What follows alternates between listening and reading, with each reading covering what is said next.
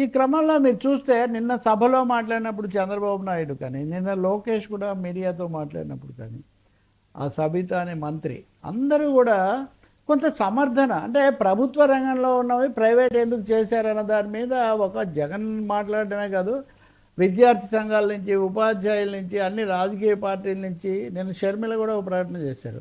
ఓ తీవ్ర స్థాయిలో ఒకటేమో 19 అంతకుముందు ఉంటే ఇప్పుడు 17 పర్మిషన్లు తీసుకొని వస్తే, ఒకవేళ జగన్ కట్టి ఉండకపోతే అది మా ప్రారంభ దశలో ఉంటే మీరు కట్టండి, కానీ వాటిని ప్రైవేట్ వాళ్ళకి అప్పగించడం ఏంటి అన్న విమర్శ అయితే చాలా తీవ్రంగా వచ్చింది. ఇది వచ్చిన తర్వాత ఖచ్చితంగా ప్రైవేట్ కాలేజీల్లో ఫీజులు ఎక్కువగా ఉంటాయి. రెండవది నిర్వహణ, ఆ సీట్ల పంపిణీ, ఇవన్నీ చాలా సమస్యలు ఉంటాయి. అన్నింటినీ మించి ప్రభుత్వ రంగంలో ఉండకుండా ప్రైవేట్గా ఎందుకన్నది వచ్చేసరికి దీని మీద కూటమి నాయకులు, మంత్రులు, ముఖ్యమంత్రితో సహా చెప్తున్నది కొంత డిఫెన్స్, అంటే దీనివల్ల ఏం నష్టం జరగదు, ఆ ప్రభుత్వం అయితే చంద్రబాబు ఒక్కరు ప్రభుత్వంలో అయితే వీటి క్వాలిటీ ఇది పెరగదు కాబట్టి ఇచ్చాము, అయినా మళ్ళీ మనకే వస్తాయి, వాళ్ళకి ఇచ్చినా కానీ మనకు నిర్ణయాధికారం ఉంటుంది. ఈ పద్ధతిలో కొంత సమర్థన ధోరణిలో లేదా ఆత్మరక్షణ ధోరణిలో మాట్లాడుతున్నట్టు స్పష్టంగా కనిపిస్తుంది.